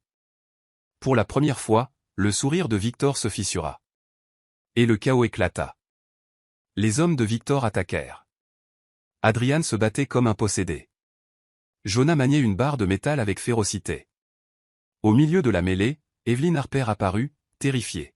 « Victor, ce n'est pas ce qu'on avait convenu. »« Tais-toi » aboya Victor. Adrian projeta un autre homme au sol et se tourna vers Victor. « Ça finit ce soir. » Victor rit, sortant une arme de sa veste. « Oh, je suis d'accord. » Le monde se figea. « Savez-vous pourquoi on vous a donné un pronostic terminal, Adrian? » « Parce que je m'en suis assuré. J'ai falsifié les dossiers. Vous n'avez jamais été mourant, du moins pas avant que je ne le décide. » Amaya octa. C'était de l'or. Une confession dégoulinant de sa langue. Le micro de son médaillon brillait. Jonah confirma dans l'oreillette d'Adrian, « On a tout. » Adrian bougea plus vite qu'Amaya ne l'aurait cru possible, percutant Victor alors que le coup de feu partait. La balle ricocha. L'arme glissa sur le sol. Amaya plongea pour la saisir. « Ne le touchez pas !» hurla-t-elle, l'arme tremblant dans ses mains. Des sirènes retentirent. Rouge et bleu inondèrent les fenêtres. « Le spectacle est terminé, Victor », lança Jonah. Les yeux de Victor se plissèrent. Il renversa un baril de son coude. De l'essence jaillit. « Si je tombe, je vous emmène tous avec moi. » Il craqua une allumette. L'entrepôt s'embrasa. Les flammes léchaient les murs. La sortie était bloquée. Adrian attrapa Amaya, la tirant vers l'arrière, mais une grille en acier se referma, les piégeant dans le brasier. La chaleur brûlait la peau d'Amaya. La fumée griffait ses poumons. Elle s'effondra, la vision floue. Amaya. Tiens bon. La dernière chose qu'elle vit fut le visage paniqué d'Adrian à travers la brume, avant que le monde ne devienne noir. Adrian frappait les barreaux de la grille avec une barre de fer, hurlant de rage primitive. La serrure finit par céder. Il souleva Amaya dans ses bras, son corps inerte contre sa poitrine, et traversa l'enfer. Lorsqu'il émergea dans la nuit pluvieuse, il s'effondra sur l'asphalte mouillé. « Elle ne respire plus !» cria-t-il aux ambulanciers. Ils s'affairèrent autour d'elle. Adrian, couvert de suie et de sang, tremblait. Jonah sortit de l'entrepôt en titubant, l'enregistreur serré comme une relique sacrée. On a la confession. C'est fini. Mais pour Adrian, rien n'était fini tant que le cœur d'Amaya ne battait pas. Dans l'ambulance, le moniteur affichait une ligne plate. On dégage. Le choc du défibrillateur fit sursauter son corps. Rien. Encore. Adrian grimpa dans l'ambulance, ignorant les protestations, et prit la main froide d'Amaya. « Tu n'as pas le droit de me quitter. Batte-toi pour nous. » Un bip. Faible, fragile. Puis un autre. « On a un rythme », annonça le médecin. Adrian s'effondra en larmes sur sa main. Des heures plus tard, Adrian se tenait devant les caméras à l'extérieur de l'hôpital. Amaya Brox n'est pas un scandale, déclara-t-il d'une voix rauque. Elle est la raison pour laquelle je suis en vie. Et si le monde veut se moquer de moi parce que je suis à ses côtés, qu'il en soit ainsi. À l'intérieur, Amaya se battait pour revenir à la vie. Après un nouvel arrêt cardiaque terrifiant, elle fut enfin stabilisée. Les jours passèrent. Adrian ne quitta jamais son chevet. Le 3e matin, elle ouvrit les yeux. « Adrian ?» Il rit, un son brisé, pressant sa main contre sa joue. « Ne me refais plus jamais ça. » Peu après, Denise Brox fut confrontée. Elle signa les papiers de restitution et accepta les travaux d'intérêt général, brisés par la honte. Ce soir-là, Adrian s'agenouilla près du lit d'hôpital d'Amaya. Tout a commencé par des contrats et des mensonges. Mais ce que je voulais vraiment, c'était toi. Juste toi. Sans contrat, sans échéance. Amaya Brox, veux-tu m'épouser? Elle pleura, hochant la tête. Oui, Adrian, 1000 fois oui. Le lendemain, un avocat apporta une dernière surprise, une lettre de la mère d'Amaya et un titre de propriété. Un cottage sur l'île de Tibet. Un destin qu'on lui avait caché, attendant l'heure juste. Le cottage de l'île de Tibet était exactement comme décrit, un havre blanchi par le soleil face à l'Atlantique. Le jour du mariage, Amaya se tenait pieds nus sur le sable, vêtue d'une robe de soie ivoire qui coulait comme du soleil liquide. Tasha officiait, les yeux brillants. Adrian prit les mains d'Amaya. La nuit où nous nous sommes rencontrés, je pensais mourir. Tu es devenue ma raison de vivre. Aujourd'hui, je ne te donne pas de contrat. Je te donne moi-même, et tout ce que je demande, c'est que tu me laisses t'aimer jusqu'à mon dernier jour. Je te choisis, répondit Amaya à travers ses larmes. Je continuerai de te choisir, chaque jour, peu importe les tempêtes. Par les pouvoirs qui me sont conférés. Je vous déclare mari et femme. Alors que le soleil se couchait, peignant l'océan d'or et de rose, Adrian passa un bracelet en argent au poignet d'Amaya au celui qu'elle avait laissé derrière elle cette fameuse nuit. Tu avais laissé ça, dit-il doucement. Mais tu ne m'as jamais quitté. Amaya le toucha, souriant à l'homme qui avait transformé sa tragédie en un début éternel. Et là, sur le rivage, leur véritable histoire ne faisait que commencer. Elle sentit son cœur se serrer d'une tendresse infinie. Alors ce n'est pas juste un bijou, c'est notre commencement. Ils ondulaient ensemble au rythme d'une mélodie lente et soul jouée par l'orchestre, leurs silhouettes baignées dans la lumière du crépuscule. Depuis les dunes, Evelyn Harper observait la scène. Vêtue d'un gris discret, le maquillage minimal, son image jadis immaculée était désormais érodée par le scandale. Elle n'avait plus de caméra, plus d'alliés attendant dans les coulisses, seulement le silence. Elle regardait le couple, radieux et inébranlable, et quelque chose en elle finit par se briser, ou peut-être se libérer. Sans un mot, elle fit demi-tour et s'éloigna le long du rivage, laissant le passé derrière elle. Adrian pressa ses lèvres sur la tempe d'Amaya. « C'est notre vie, maintenant », murmura-t-il. Elle se blottit contre lui, les yeux rivés sur l'océan infini. Pour la première fois depuis des années, elle y croyait. Mais les contes de fées laissent toujours la porte entr'ouverte au lendemain incertain. Alors que la nuit s'épaississait et que les invités commençaient à rentrer chez eux, le téléphone d'Amaya vibra sur la table. Elle jeta un coup d'œil à l'écran, confuse en voyant l'identifiant de l'appelant « Midtown Clinic ». « Madame King », demanda la voix de l'infirmière lorsqu'elle décrocha. « Nous voulions confirmer vos récentes analyses. »« Félicitations, vous attendez un enfant. » Le souffle d'Amaya se coupa, le rugissement de l'océan résonnant plus fort à ses oreilles. Sa main libre se posa instinctivement sur son ventre, tremblante.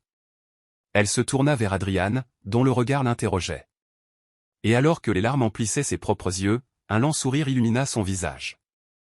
L'avenir n'était plus un rêve, il avait déjà commencé.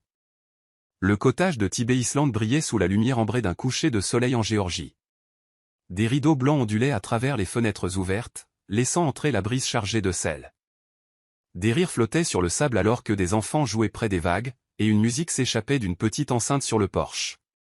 Ce n'était plus seulement un cottage, c'était devenu un foyer. Un sanctuaire bâti sur les ruines du feu et de la trahison. À l'intérieur, Amaya King s'appuyait contre le comptoir de la cuisine, sa main posée sur son ventre arrondi. Elle était rayonnante, le visage adouci par cette joie qu'on ne peut feindre. Son rire venait facilement désormais, jaillissant comme un rayon de soleil alors qu'elle regardait Adrian essayer et échouer d'assembler un berceau en bois dans le salon. Adrian, c'est à l'envers, le taquina-t-elle en pointant le pied tordu qui pointait vers le ciel. Il leva les yeux, la sueur perlant sur son front, ses dreadlocks attachés en un chignon désordonné. C'est de l'art moderne, répondit-il d'un ton imperturbable. Notre enfant sera très en avance sur son temps. Amaya rit, se dandinant vers lui pour s'asseoir sur le canapé. Notre enfant aura 2 pieds gauches si tu continues à monter les meubles comme ça. Il sourit, se pencha et déposa un baiser sur son front. Peu importe. Tant qu'il a ton sourire. Son cœur fondit. Même après tous les contrats, les mensonges, le danger, il avait encore le pouvoir de lui faire sentir qu'elle était la personne la plus précieuse au monde. 1 an plus tôt, Adrian se battait pour conserver son empire. Aujourd'hui, il utilisait cet empire pour guérir. Le fonds Opendat était devenu l'une des fondations philanthropiques à la croissance la plus rapide du Sud, fournissant une aide médicale à des familles comme les Brooks. Pour le premier anniversaire de son lancement, la fondation organisait un gala, non pas dans une salle de bal étincelante de Buckhead, mais ici même, sur Tibet Island. Les invités arrivaient pieds nus, leurs robes traînant dans le sable, leur smoking desserré par la brise marine. Médecins, infirmières, patients et familles se mêlaient aux membres du conseil d'administration et aux entrepreneurs, tous unis par une seule conviction, personne ne devrait avoir à vendre son âme pour se soigner. Amaya, bien que lourdement enceinte, prononça le discours d'ouverture. Elle se tenait pieds nus sous des guirlandes lumineuses, le ressac s'écrasant derrière elle, la main posée sur son ventre. Il y a 1 an, je croyais avoir tout perdu. La santé de mon père, ma dignité, ma liberté. Mais ce que j'ai trouvé est bien plus grand, une communauté prête à se battre les uns pour les autres. Ce fonds ne concerne pas seulement les factures médicales, il s'agit de restaurer l'espoir, de dire aux familles qu'elles comptent, que leur vie compte. La foule éclata en applaudissements. Adrian, debout au bord de l'estrade, sentit sa poitrine se serrer de fierté. Elle n'était pas seulement sa femme, elle était sa boussole, sa raison d'être. Ken Brooks se tenait plus droit désormais, les épaules larges retrouvées après des mois de rééducation. Il portait une simple chemise en lin, son visage buriné rayonnant en regardant sa fille parler. « Je n'aurais jamais pensé voir ce jour », murmura-t-il, la voix chargée de fierté. À côté de lui, Jonah gloussa. « Je n'aurais jamais pensé voir Adrian King pieds nus non plus, mais nous y voilà. » Les yeux de Ken s'adoucirent en regardant sa fille. « Elle m'a sauvé. 2 fois. D'abord ma vie, puis ma foi. » Adrian les rejoignit, glissant un bras autour de la taille d'Amaya alors qu'elle descendait de scène. « Et tu m'as donné la meilleure chose qui me soit jamais arrivée, » dit Adrian d'une voix posée. « Ta fille. » Les yeux de Ken brillèrent et il adressa un signe de tête ferme à Adrian. « Alors tu ferais mieux de continuer à prouver que tu la mérites. » Si Amaya était le cœur de l'histoire, Tasha Reed en était la flamme. Elle avait été là à travers chaque secret, chaque dispute, chaque avertissement chuchoté. Et maintenant, au gala, elle brillait de sa propre lumière. Sa main scintillait d'une nouvelle bague en diamant alors que son fiancé, Marcus, un initié de King Holdings qui avait risqué sa carrière pour lui fournir des informations contre Victor Sloan, se tenait fièrement à ses côtés. « Ma fille », chuchota Tasha à Amaya plus tard, lorsqu'elles s'éclipsèrent de la foule. Qui l'aurait cru? Nous. Sur une plage, des bagues aux doigts, des bébés en route. Amaya rit. Des bébés? Tasha sourit malicieusement. Ne fais pas l'innocente. J'ai des projets. Les 2 femmes se tinrent la main, leur lien plus fort que jamais. Peu importe les tempêtes à venir, elles savaient qu'elles les affronteraient ensemble. La transformation la plus choquante fut peut-être celle de Denise Brooks. Otadie avide, manipulatrice et froide, elle se tenait maintenant dans un tablier de bénévole au buffet du gala, servant du crumble à la pêche avec un sourire sincère. L'accord de restitution l'avait forcée aux travaux d'intérêt général, mais quelque part en chemin, elle avait retrouvé une part d'elle-même qu'elle croyait perdue. Amaya s'approcha prudemment, incertaine que les vieilles blessures puissent jamais vraiment guérir. Mais le regard de Denise rencontra le sien avec quelque chose de nouveau. De l'humilité. « Je n'attends pas ton pardon, » dit doucement Denise. « Mais je passerai le reste de ma vie à essayer de le mériter. Pour toi. Pour Ken. » Amaya l'étudia un long moment, puis hocha la tête. « Les actes valent mieux que les mots. Continue de me le prouver. » Et pour la première fois, Amaya crut qu'elle le pourrait. La seule figure absente de la célébration était Evelyn Harper. La rumeur la situait en Europe, loin du scandale qu'elle avait contribué à allumer. Certains disaient qu'elle vivait désormais dans une obscure tranquillité. D'autres chuchotaient qu'elle complotait son retour. Mais pour Amaya et Adrian, Evelyn n'était plus qu'une ombre. Le fantôme d'un passé auquel ils avaient survécu. Et quand Amaya pensait parfois à elle, elle ne ressentait pas de colère, mais de la pitié. Evelyn avait couru après le pouvoir et perdu l'amour. Amaya avait choisi l'amour et tout gagné. Alors que le gala touchait à sa fin, les étoiles recouvrirent le ciel comme une couverture. Adrian guida Amaya vers la plage, leurs mains entrelacées. Les vagues léchaient leurs pieds, fraîches et apaisantes. Je pensais que mon empire était tout, admit Adrian, la voix basse.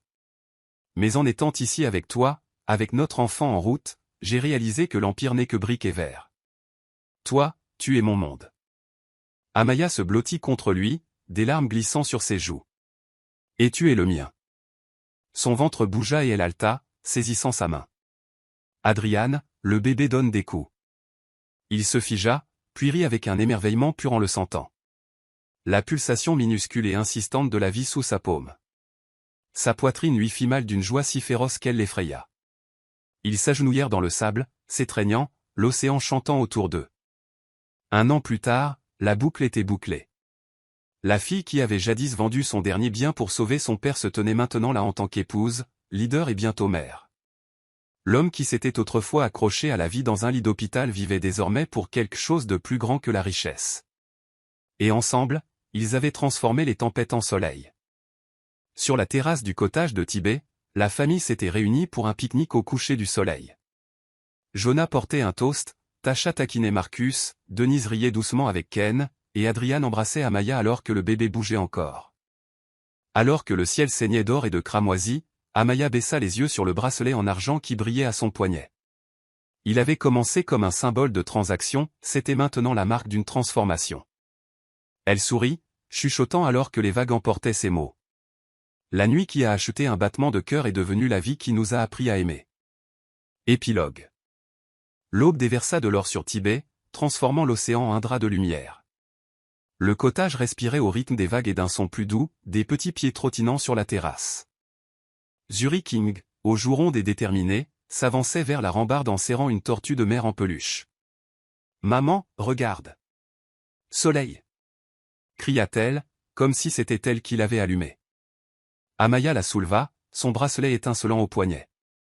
Le même cercle d'argent qui signifiait autrefois la survie était devenu tout autre chose, une promesse qu'elle tenait chaque jour sans contrat. Elle embrassa les boucles de Zuri et murmura, « Tu es le plus beau lever de soleil que nous ayons jamais eu. » À l'intérieur, la bouilloire chantait et Adrian se déplaçait avec aisance dans leur cuisine. Manches retroussées, dreadlocks attachés. Tibet l'avait adouci. Le pouvoir lui allait toujours comme un costume sur mesure, mais il le portait avec plus de décontraction désormais. Il avait tenu parole. Il mentora le nouveau PDG à distance et lâcha le trône. L'Empire ne s'était pas effondré sans ses mains sur les rênes. Il avait simplement appris une manière plus bienveillante de tenir debout. Ils mangèrent sur la terrasse tandis que les mouettes traçaient des arcs blancs au-dessus de leur tête.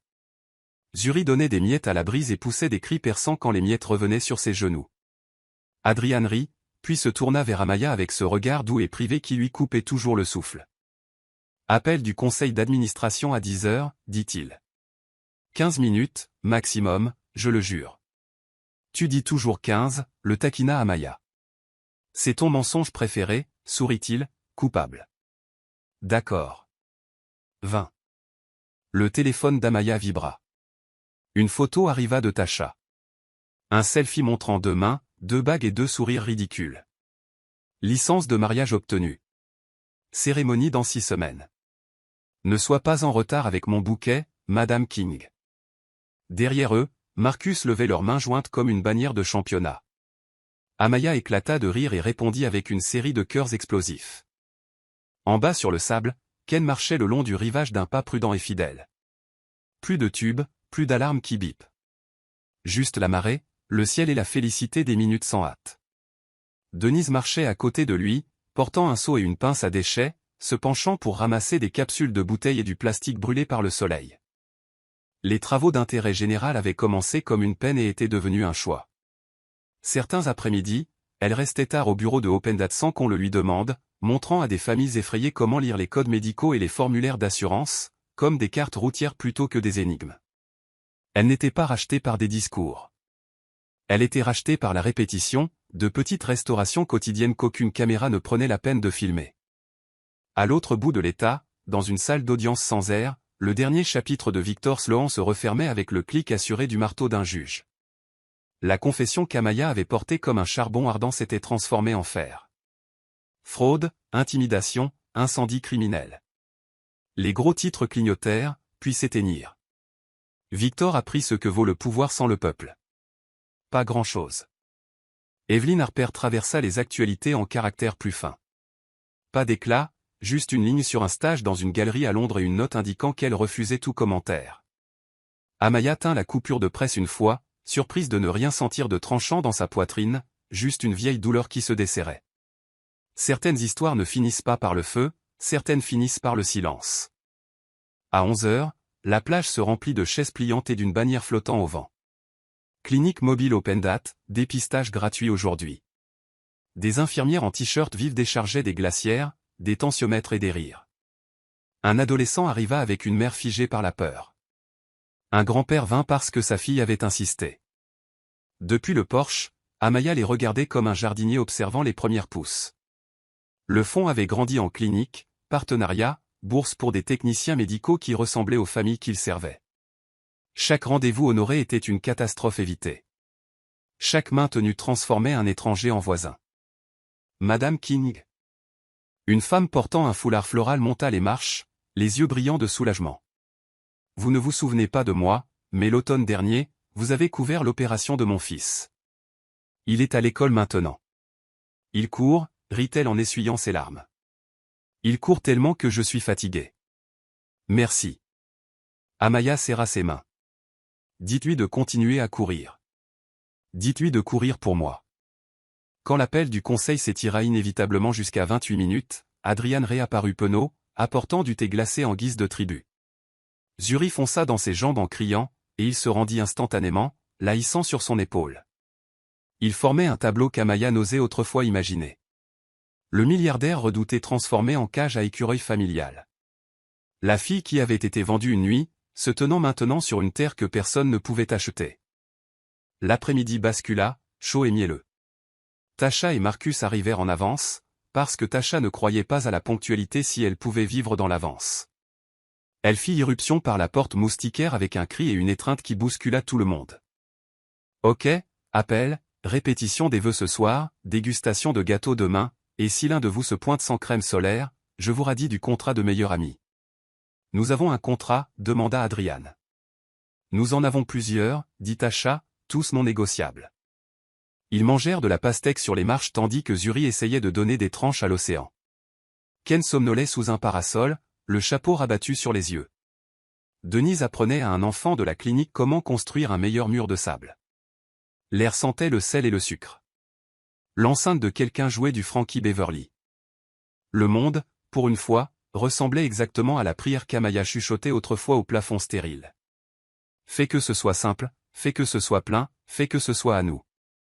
Alors que le soleil fondait dans l'eau, Amaya tira la lettre de sa mère de la poche de sa robe d'été, le papier usé à force d'être relu. J'espère que cet endroit te trouvera quand tu seras prête, mon bébé. J'espère qu'il te donnera un moyen de respirer. Il l'avait fait. C'était le cas. Elle glissa la lettre à sa place et posa sa paume sur la courbe douce de son ventre, bien que Zuri n'y fût plus. Un autre espoir s'y agitait quand même, le genre qui n'est pas tant une personne qu'un plan. Une autre clinique, une autre bourse, une autre promesse tenue.